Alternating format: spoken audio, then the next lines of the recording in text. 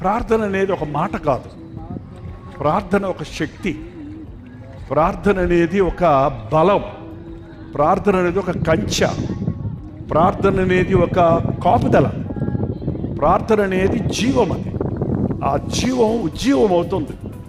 ప్రార్థన ఎప్పుడు కూడా పునరుద్ధరిస్తుంది మనల్ని.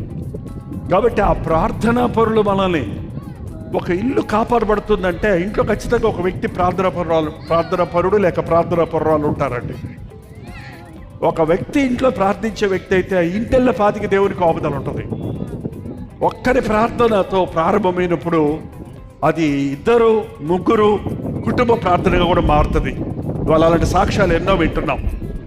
భార్య ప్రార్థన ద్వారా భర్త మారటం, తల్లిదండ్రుల ప్రార్థన ద్వారా బిడ్డలు మారటం, బిడ్డల ప్రార్థన ద్వారా కుటుంబాలు మారటం, కుటుంబాల తర్వాత కుటుంబాలు నెక్స్ట్ జనరేషన్ వారి పిల్లలు మారటం,